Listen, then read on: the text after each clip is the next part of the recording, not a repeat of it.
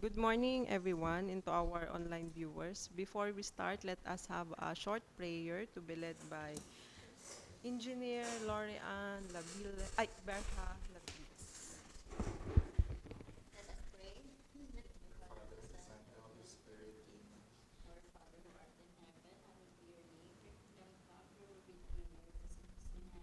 Give us this day our daily bread and forgive us our sins, as we forgive those who trespass against us, and lead us not into temptation, but deliver us from evil.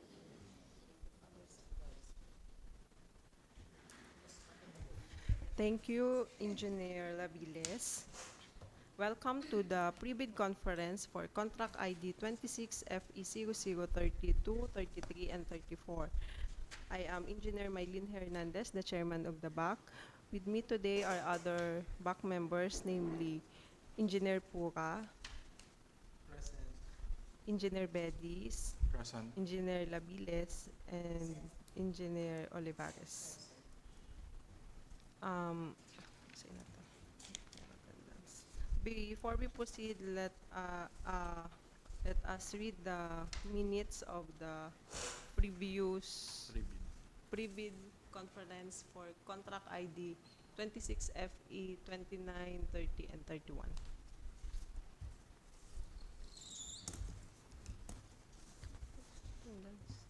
Minutes of the previous pre-bid conference for 26 FA 0029, 30, and 31 held last June 9, 2026 at 10:24 a.m. The following are the agenda. Reading or approval of previous minutes of the meeting. Pre-bid for the contract ID numbers 26 FE 0029, 30, and 31. The pre-bid conference started with the back chairperson called the pre-bid conference to order and acknowledged the presence of back members and technical working group. Engineer Bedis read the portions of the minutes that is identified for correction last June 3, 2026 and the previous minutes last June 4, 2026.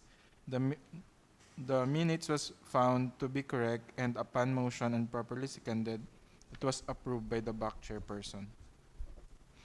The pre-bid conference proceeded for contract ID numbers 26 FE 0029, 30, and 31 with the explanation or presentation of back, A. Briefing of basic contract data, B. Discussion on request for extension if compliance to contract duration cannot be met, C. Review of requirements of bidding documents, D. Review of documents to be submitted by the bidder, the bid form, technical and financial proposals.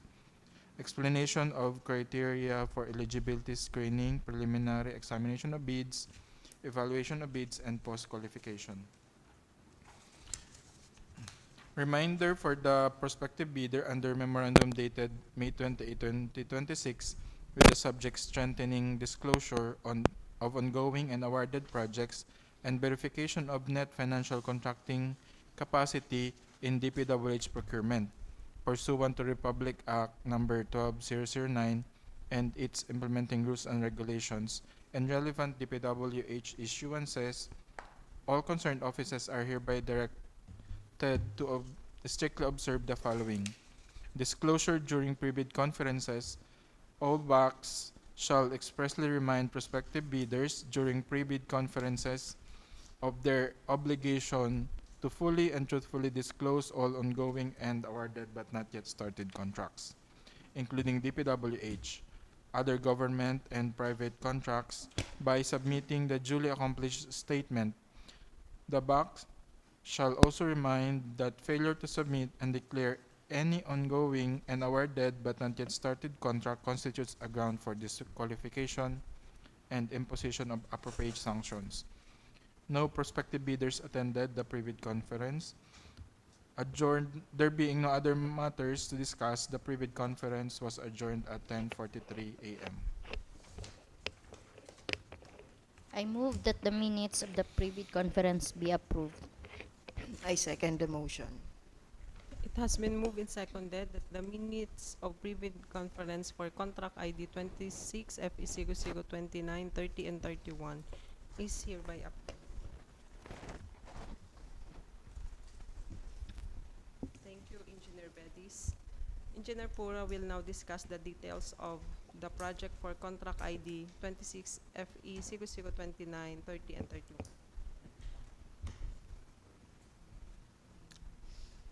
Naglag. Oh, sige. Ito ma yung wifi.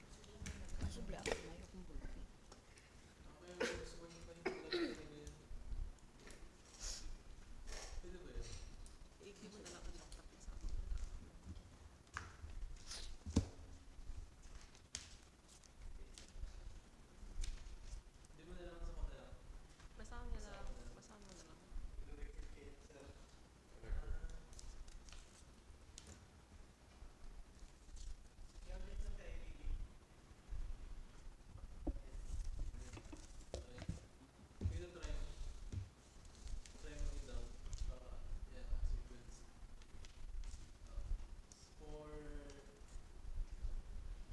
For 26 FE 0033 001 Network Development Program, construction of bypass and diversion roads from Pamplona San Fernando Bypass Road, Station 425 plus 991 to 426 plus 526, Barangay Santa Cruz, San Fernando, Camarines Sur, with a scope of work of 2.140 lane kilometer construction.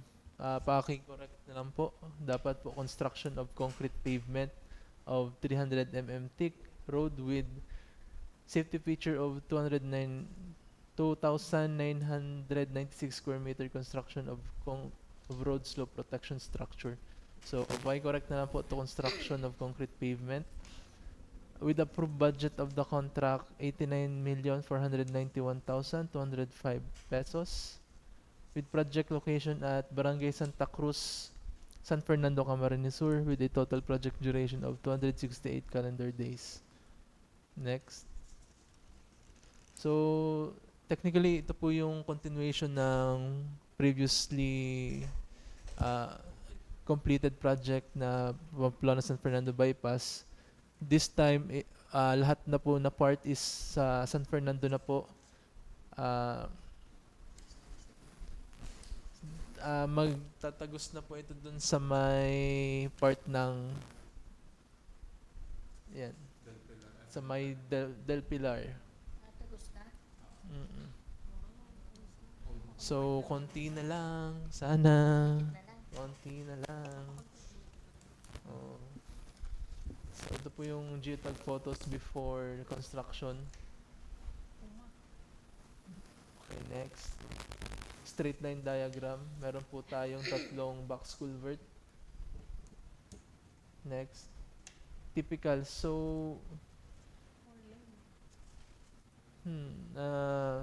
meron pang isang typical. Wala na. So, ito po yung typical for Pamplona San Fernando Bypass. Meron pong parts na nasa 3 meters yung embankment and would require a stone masonry po and line canal with a road right of way limit of 30 meters. Okay, next. Okay, that's all for 23 FE 0033. Next we have next. Ay, 32 ito.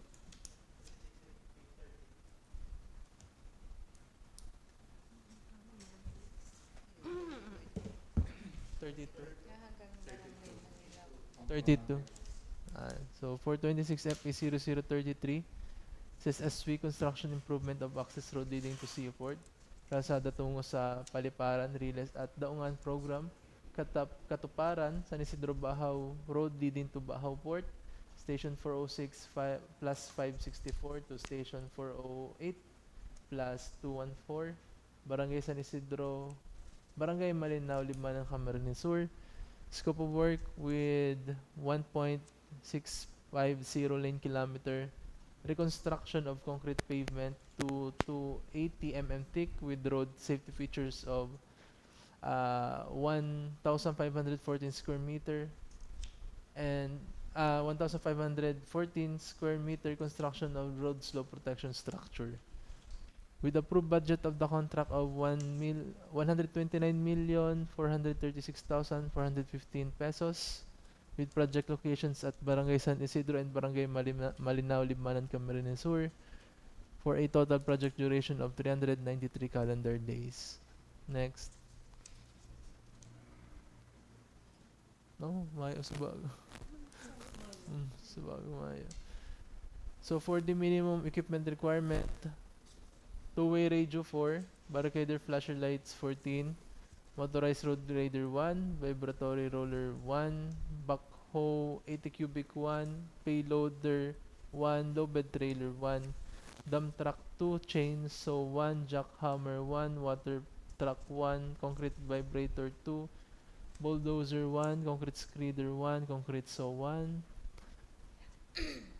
joint sealer 1, cargo service truck 1, bar cutter 1, bar bender 1, 1 bagger mixer 1, backhoe 5 HP 0.28 metric cubic meters 1, boom truck 1, backhoe with breaker 0.8 cubic meter 1, cutting outfit 1, plate compactor 1,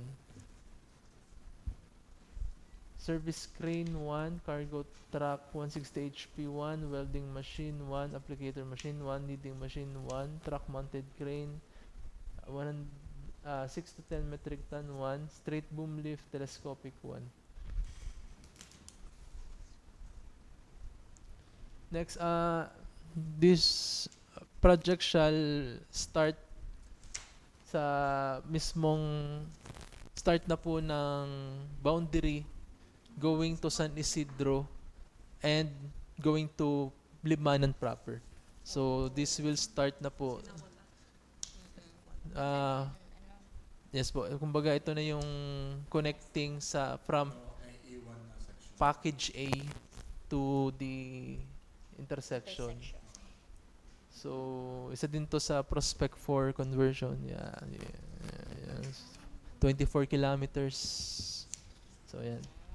So next.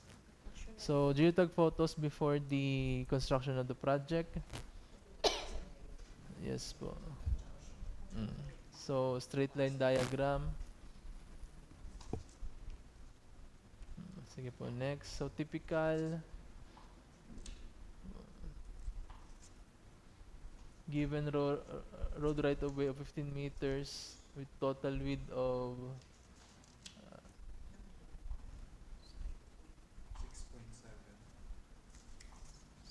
6.7. Sige po. So that's for 26FE0033. Next we have 26FE0034 001 Asset Preservation Program, Rehabilitation, Reconstruction, Upgrading of Damaged Paved Roads, Tertiary Road, Kamsur Albay Diversion Road with section road ID S03525LZ, chainage 5653 to chainage 6028. Scope of work 0.75 lane kilometer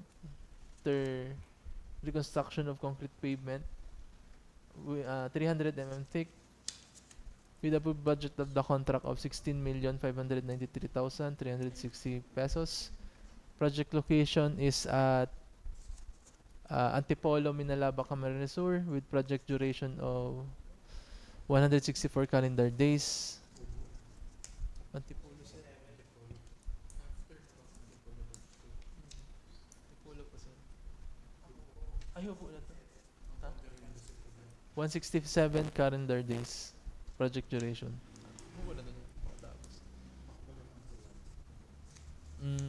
Sige. Okay. So, for correction po, project location at Hubo, Minalabak, Camarines Sur. So, for minimum equipment requirement, two-way radio 4, barricader flasher lights 14, motorized road grader 1, vibratory roller 1, backhoe 80 cubic 1, payloader 1, low bed trailer 1, dump truck 2, chainsaw 1, jackhammer 1, water truck 1, concrete vibrator 2,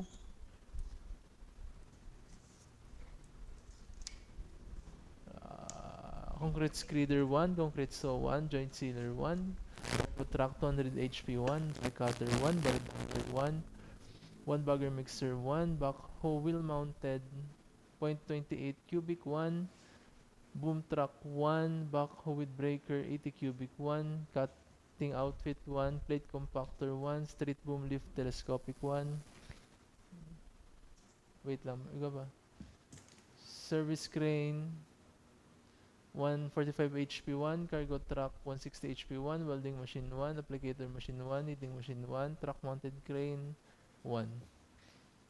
So, project location, dito po yung start sa after nung Antipolo Bridge 2, boundary Antipolo and Hubo.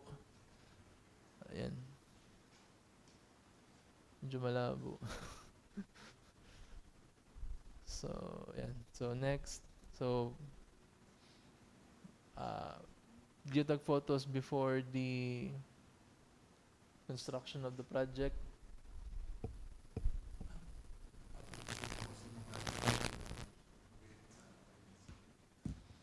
Ay man sir. Ito sinapicturean. So, for straight line diagram,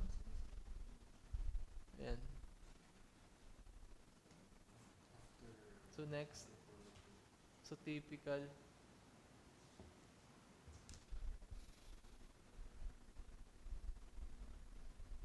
So, merong part na naglagay kami ng 4 curve yung widening pero minaximize na namin into 1 lane kasi almost 1 lane naman yung ano, kaya merong part na dalawa yung lane sa left lane.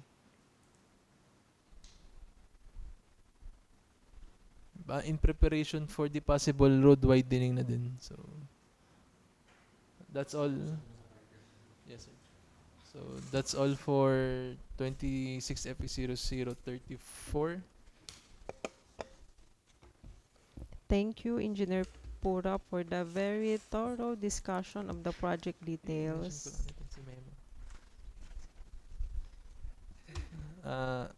So for all the prospective bidders, with the new memorandum dated May 28th of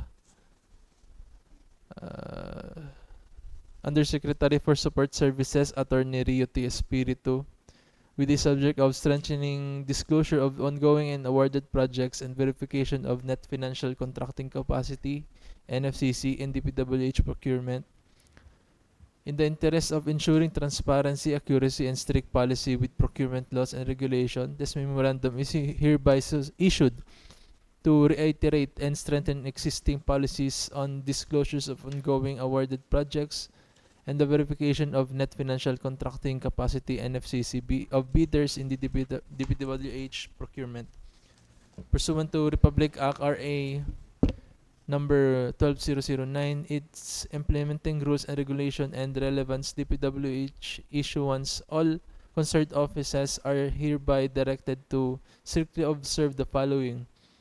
Number 1. Disclosure during pre-bid conference. All bids and awards committees BAC shall expressly remind prospective bidders during pre-bid conference of their obligation to fully and truthfully disclose all ongoing and awarded but not yet started contracts, including DPWH and other government and private contracts, by submitting the duly accomplished statement.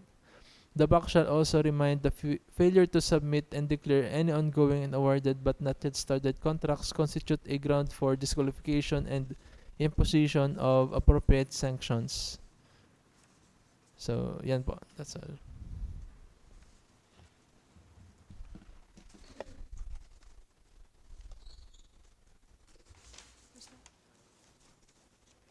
Thank you, Engineer Pura. Since no prospective bidders are here to inquire or clarify, this pre-bid conference is now adjourned at 10:35 a.m. Thank you for your participation.